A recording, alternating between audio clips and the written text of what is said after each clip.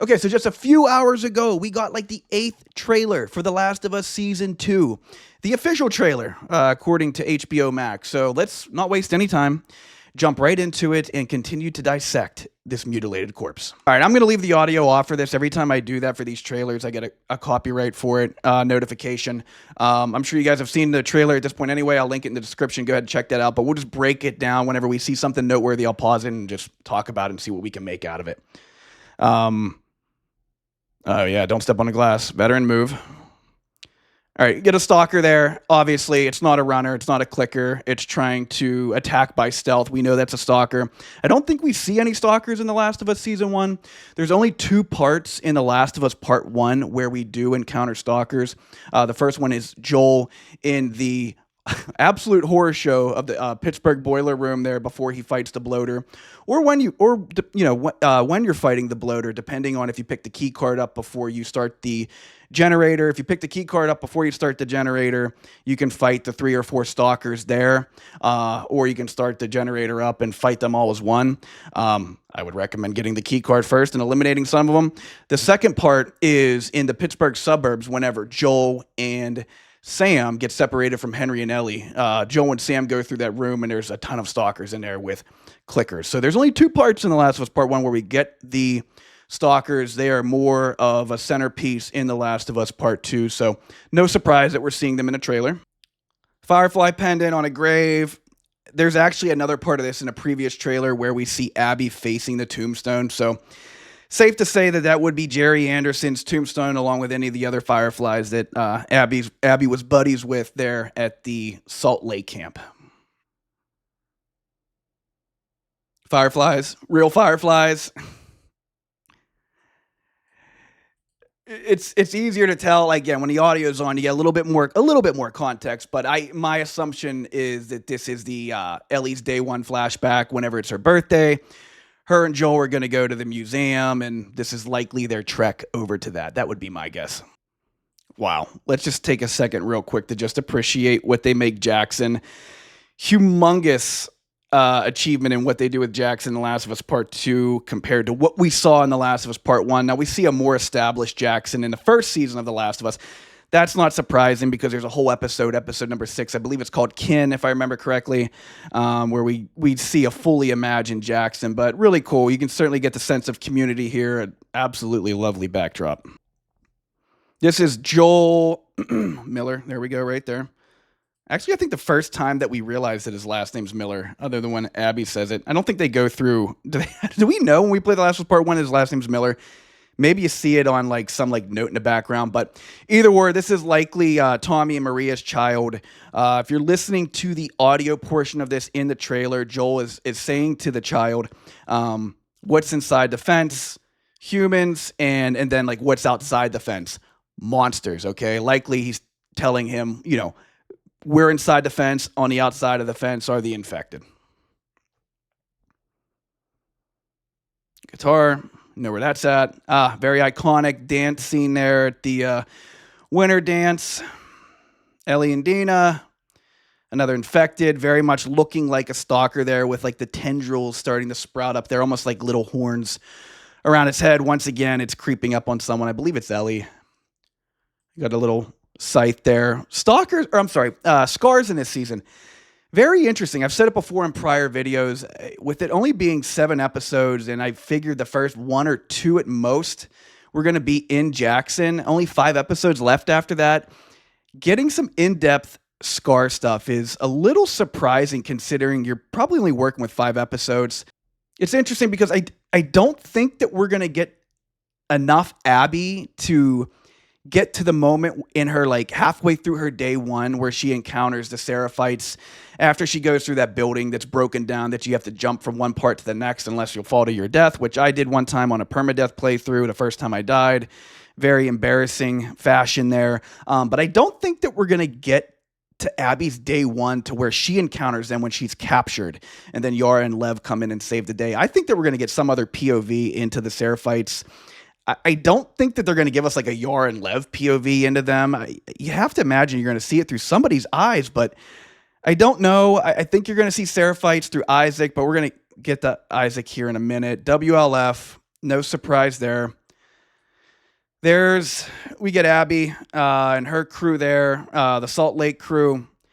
They kind of just look like a random group of NPCs. No like super identifiable characteristics or anything like that. We obviously know that's Kaitlyn Dever playing Abby. Let's continue on. Infected coming out of the ground down the hill. We'll get to what they're going to do here in a minute, but yeah, that's kind of what I was going to say. Gave me some like Winterfell Game of Thrones vibes there towards the end of Game of Thrones, as I recently just rewatched the show, and a fire going off, killing the White Walkers there before they breached the walls.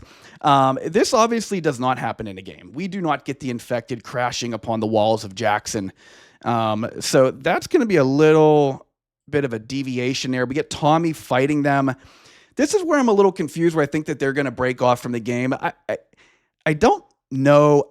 In fact, I shouldn't say I don't know. I don't think that we're going to get this in a flashback. This has to be in a present, something this action-packed. I don't think they're going to show that in a flashback. It just wouldn't make a lot of sense. I do wonder, and I may be mistaken on this, is Tommy going to be with Joel up in the mountains at the ski lodge whenever they encounter Abby? I would think so, but then again, it's when does this happen? Because it would make sense. They're in Jackson, and we have the infected attacking there. I don't know when he's going to be there, because obviously if this is at the beginning of the game, he should be with Joel at the ski lodge whenever they encounter Abby and all the infected up there, the Horde. So I don't know. This is definitely going to be something that splits from the course from the game. All right, we got Ellie and Dina approaching Seattle at the very beginning of Ellie's day one in Seattle. 9 miles away, Portland 173. We're not going to talk geographics here, direction or compasses or anything like that. Maybe they're coming in. I think they say they come in from Idaho or something like that. All right, Seraphites running their woods, more Seraphites again. But like I said before, I don't know. It's going to be interesting to see how they come in and how they're introduced this season. Ellie, again, I'm thinking that most of the season is going to be focused on Ellie's time, her 3 days in Seattle. So I wonder where we're going to encounter them, because Ellie does not first encounter the Seraphites until her day 2, whenever she's on her way to the hospital to find Nora. She comes across them in that whole entire journey to the hospital there. So it'll be interesting to see how they get introduced here in the show. Dina, Jesse. This right here, we were speculating before, how far is Ellie's journey in Seattle going to be in this second season? This right here does not remind me of Hillcrest at all, for obvious reasons. That doesn't look like they're in a suburban neighborhood with like a lot of like green trees, vibrant colors in the background, which is whenever we first encounter Jesse in Seattle. There's the infamous, moment where he covers Ellie's mouth and, did you think I was going to let you do this on your own? Ha ha ha ha. This reminds me of the scene whenever it's Ellie's day 3 and they're going to the aquarium to find Abby, and they're overlooking the waterway below them, seeing the boat. That's when they get the idea to hijack the boat and take that to the aquarium, as opposed to taking the highway, which was completely loaded with trucks and WLF patrols. We obviously know what that is. Awesome moment in Ellie's day 1 flashback, a little bit after their walkover, Ellie and Joel's walkover through the woods, making their way to the museum. They come across the space exhibit there and the space suits and astronauts and all that stuff that Ellie has a lot of interest in. Cool cutscene there. Nice tat. Ellie running. Hospital equipment there, the lights. And safe to say that's going to be when she's running Nora down at the end of day 2 there, confronting her. We get Isaac talking to a very, very, very mutilated Scar. I've said before, look, we're going to get Isaac in this show way before we see Isaac in the game. We don't first see Isaac in the present in the game until Abby and Manny get back after things go wrong, going from the stadium to the fob. Isaac is interrogating a Scar at that time. So that looks like what's happening here. Yeah, I know. Again, like I've said, I didn't think that we would be getting into Abby's timeline in Seattle, but you cast a big named actor like this to be in a show, you're going to try to find a way to get him some more playing time. So not surprising to see that we do get Isaac in this here. I do think that we're going to get an Isaac origin story and what happens between the Fedra and the rise of the WLF. Probably not going to be surprising as well to see the origin story between the WLF and their fight with the Seraphites. Okay, so here's one of the bigger, I guess, moderately big reveals in this trailer, and that's that we have spores in season 2. Spores were excluded from season 1, and the rationale behind that was if there's spores, then you have to wear a mask. You got these big named actors playing this here. Obviously, there is a big deal to be made about the dialogue and the reaction and the expressions, and you can't exactly do that whenever you have a mask on. What replaces that in season 1 are the tendrils and those little fungal networks. If you step on the fungus there, it can alert a horde 100, 200, 300 yards away, and then they come charging after you. Felt very Left 4 Dead to me. I love Left 4 Dead. Spent many, many hours playing Left 4 Dead. That's a very much different zombie video game compared to The Last of Us, where The Last of Us is more story and narrative based, and Left 4 Dead is more based on the gameplay and the cooperative experience and killing as many infected as you can, going from safe house to safe house. Thought it was a great addition for the TV show. Glad that it wasn't in the game. Again, Last of Us just pace-wise isn't really built like that. But again, thought that it was a cool addition to the TV show. But it looks like we're getting the spores here in season 2, which is cool. Be interested to see where they go with that. We got infected. Hold up. I missed it. Yeah. Infected crashing against the walls. That is Abby. That is Kaitlyn Dever. So naturally, that would be whenever the horde is chasing after her at the beginning of her time in Jackson when she's looking for Joel. And that is Joe Pampliano. I believe I said that right, who it just got announced a few days back. He will be playing Eugene. Eugene is a character that's only mentioned in The Last of Us Part 2 in the beginning in the Jackson parts between Ellie and Dina. He's a guy that was a former Firefly. He knew Tommy, and he was a pretty valuable member of Jackson, I would say, from a technology standpoint. Very good with computers, but he kind of seemed like a recluse. He was out in that library. When you go through the library there, and it's in the middle of that blizzard before Jesse comes in and crashes the party between Ellie and Dina, you get to read a lot of his, you see his name in the log books. You see all the equipment that he had built up. He had like a full-blown like weed dispensary below the library. You get to hear a lot of back and forth. Dina knew Eugene, it seemed like, more than Ellie did. So you get to hear some Eugene stories there. I thought it was interesting that they casted him. Again, he's not present in the show, or I'm sorry, in the game. You just know about him from the past. He's already died. But they cast Joe Pampliano. I know him as Ralph Cifaretto, as I'm sure many people do from The Sopranos. The HBO, you always see their actors pop up in future projects and other shows on HBO. This is a pretty big jump from Sopranos to The Last of Us. But yeah, he played Ralph Cifaretto in The Sopranos, one of the best side characters in a show. Some phenomenal moments there, but they cast him as Eugene in season 2 here. So we'll see where they go with that. I've read, and again, I don't know if this is entirely true, but they said that he's going to have like a story arc that's similar to the Bill and Frank episode in season 3, long time. Episode 3, I should say, in season 1. It looks like he may have an arc kind of like that, where we're going to get a Eugene story. So it should be interesting to see what they make of that and how that's going to be different in the show compared to the game. Okay, now I noticed this before when I first watched it.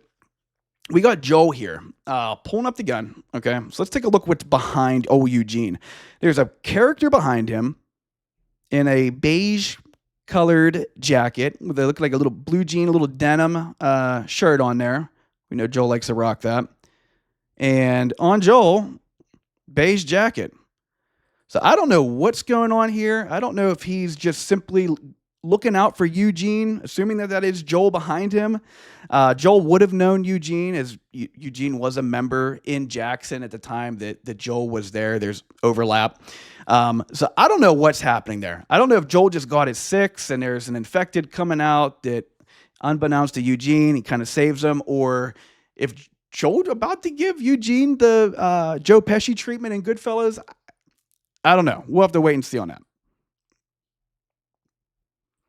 Infected banging at the door. Ellie, Dina on top of subway cars there. Obviously, that would be the subway, which is towards the end of Ellie's day 1. Once again, we get those spooky, eerie red lights. Infected banging on the doors. This will be an awesome scene. Infected beating somebody up. That would be Nora. Pretty spot on. I think that's a pretty good casting for Nora. definitely see a resemblance there between the character in the game and the real life actress. So yeah, that's at the end of Ellie's day 2 at the hospital. We saw Ellie running through the hospital before, and naturally she catches up to Nora there at the end. Joel slamming the door. We talked about that before. That has to be him at the beginning there in Jackson when the horde's on them. More scars. And okay, here's the big thing that I noticed. This is awesome. This is going to be sick. There's Tommy with the flamethrower, one of my favorite weapons in The Last of Us. A great weapon, by the way, for a bloater. Stops it in its tracks, really weakens it. The bloater has clearly breached the gates. We have a bloater inside the walls of Jackson. This is going to be absolute pandemonium. The only bloater that we get in season 1 is in episode number 5, Endure and Survive. It's my favorite episode because that infected moment there at the end with Kathleen and Joel, Ellie, etc., Henry Sam, the sniper scene. All that comes to a big hit there at the end, and it's just my favorite episode. I love that action sequence there. We get a ton of infected, and that bloater comes out and absolutely destroys everything in its path, and it lives. This moment right here, where it looks like obviously that's a bloater. There's no way that's a clicker or a stalker, or it wouldn't be a shambler because we don't get shamblers in Jackson. Ellie doesn't know about shamblers. She comes across shamblers whenever she's in Seattle. So, yeah, bloater's made its way in, and Tommy is absolutely lighting it up with the flamethrower. Again, leading me to wonder, when does this happen? There's no way that they're going to go and show a past moment that's filled with this much action. I think that you would want to show that in the present.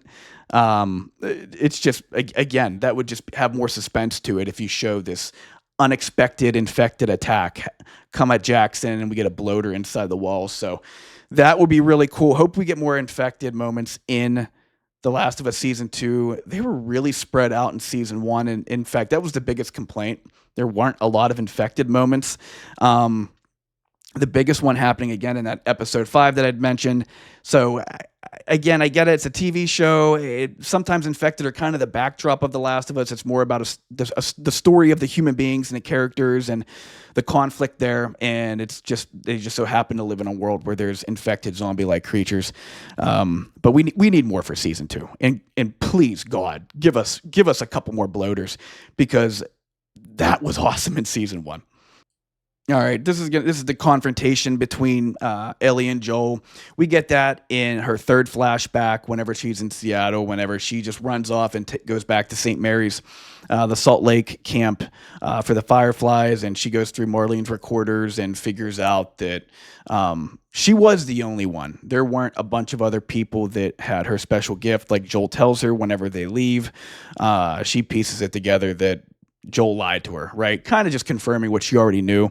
That's why it weighed so heavily on her. She does say okay at the end of the first game in season 1, choosing to outwardly believe him, but clearly she was filled with a lot of doubt going forward.